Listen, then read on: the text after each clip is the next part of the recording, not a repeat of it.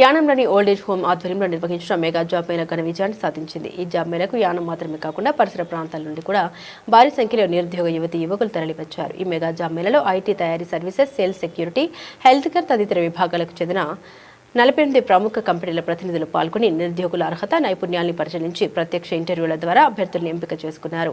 ఈ కార్యక్రమానికి సుమారు 2400 మంది నిరుద్యోగ యువకులు హాజరయ్యారు. కంపెనీల ప్రతినిధులతో జరిగిన ఇంటర్వ్యూలో చాలా మంది అభ్యర్థులు మొదటి దశలోనే ఎంపిక కావడంతో వారి ముఖంలో ఆనందం కనిపించింది. ఈ సందర్భంగా జాబ్ మేళా ముఖ్య నిర్వాహకులు పుదుచ్చేరి ప్రభుత్వ ఢిల్లీ ప్రత్యేక ప్రతినిధి మల్లాడి కృష్ణారావు మాట్లాడారు. ఈ జాబ్ మేళా ద్వారా సుమారు 1200 మందికి ఉద్యోగ అవకాశాలు దక్కుతాయని ఆశాభావం వ్యక్తం చేశారు. అనగా డిసెంబర్ 28వ తారీఖున ముందు అనౌన్స్ చేసిన ప్రకారంగా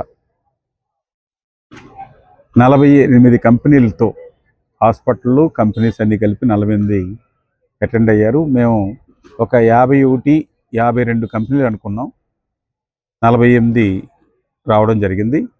ఇందులో ముందుగా రిజిస్ట్రేషన్ చేసుకున్న వాళ్ళు 1855, తర్వాత రిజిస్ట్రేషన్కి పేర్లు ఈ 2-3 రోజులు చెప్పిన వాళ్ళు ఒక 500 మంది దాకా ఉన్నారు. అంటే 2400 లోపుగా అన్ఎంప్లాయ్స్ యానం పరిసర ప్రాంతాలకు సంబంధించిన అన్ఎంప్లాయ్స్ వాళ్ళు రిజిస్ట్రేషన్ చేసుకున్నారు. ఈ 48 కంపెనీల్లో ఈరోజు నా ఉద్దేశ ప్రకారంగా 1200 నుంచి 1300 ఉద్యోగాలు తక్కువ కాకుండా వాళ్ళకి అపాయింట్మెంట్ ఆర్డర్స్ దొరుకుతాయని చెప్పేసి ఆశిస్తున్నాను.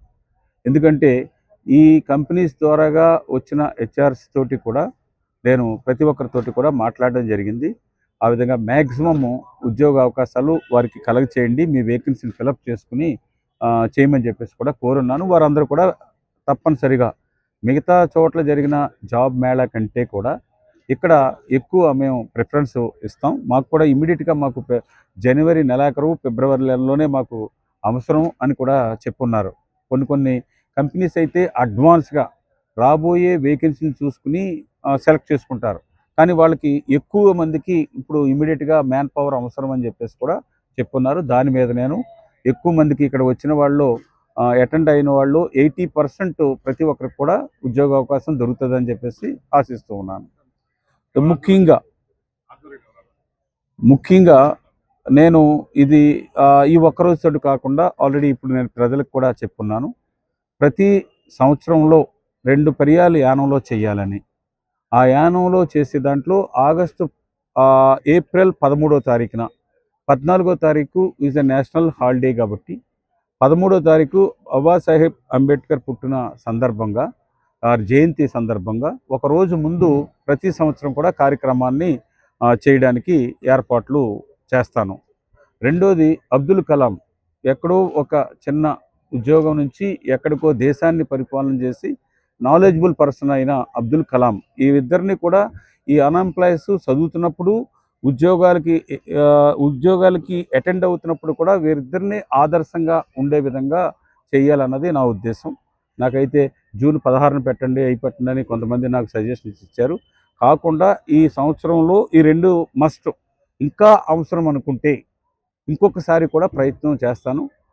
దాంతో పాటు ఈ ఇంటర్వ్యూలు ఇప్పుడు అయితే ఎలా చేస్తాం, ముందే మేము యానం ఓల్డేజ్ హోమ్ ద్వారాగా గతం 1 మంత్ బిఫోర్గా ఏ కంపెనీస్ వస్తాయన్నది మేము టైఅప్ చేసుకుని ఆ కంపెనీస్కి ఇంటర్వ్యూస్ కూడా ఎలాగా ఫేస్ చేయాలి అన్న దాని మీద కూడా ఒక ట్రైనింగ్ కూడా ఇవ్వాలని చెప్పేసి అనుకుంటూ ఉన్నాం.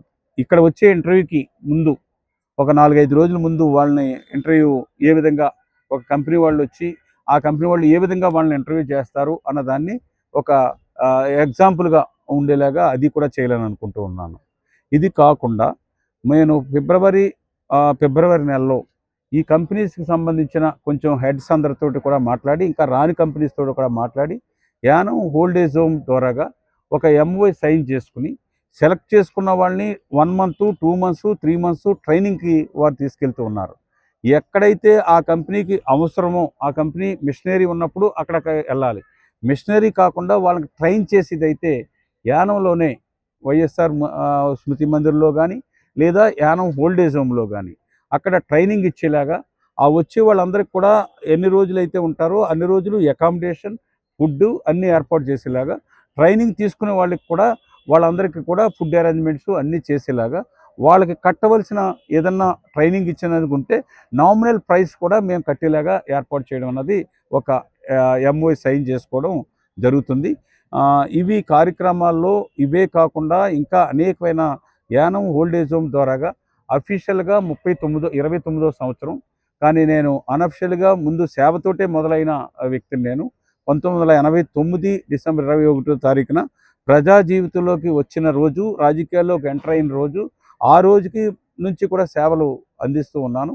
అనేకమైన సేవలు యానం ఓల్డేజ్ హోమ్ ద్వారాగా ఇటు పుదుచ్చేరి ప్రభుత్వానికి కానీ, భారత ప్రభుత్వానికి కానీ ఒక్క రూపాయి ఒక మెయింటెనెన్స్కి కానీ ఇలాంటివి తీసుకోకుండా ఇన్ని సంవత్సరాల కార్యక్రమం చేస్తూ ఉన్నాను. నాకు సహకరించిన దాతలందరికీ కూడా మీ ద్వారాగా ధన్యవాదాలు తెలియజేస్తున్నాను. ఇంకా అనేకమైన కార్యక్రమాలు, ఇప్పుడు కొత్తగా తీసుకునే కార్యక్రమాలు, ఇంకా అనేకమైన కార్యక్రమాలు ఒక ఎన్జిఓగా, స్థాపించిన ఒక ఎన్జిఓగా అనేకమైన కార్యక్రమాలు ఇంకా చేయాలి. ప్రభుత్వం వల్ల ఏది సాధ్యం కాదో, సాధ్యం కానిదల్లా కూడా ఒక ఎన్జిఓగా చేయాలన్నది నా తపన. ఆ తపన అన్నది ఈ రోజుతోటో రేపటితోటో ముగిసేది కాదు, జీవితాంతం కూడా ఆ విధంగా ముందుకి వెళ్ళాలన్నది నా తపన.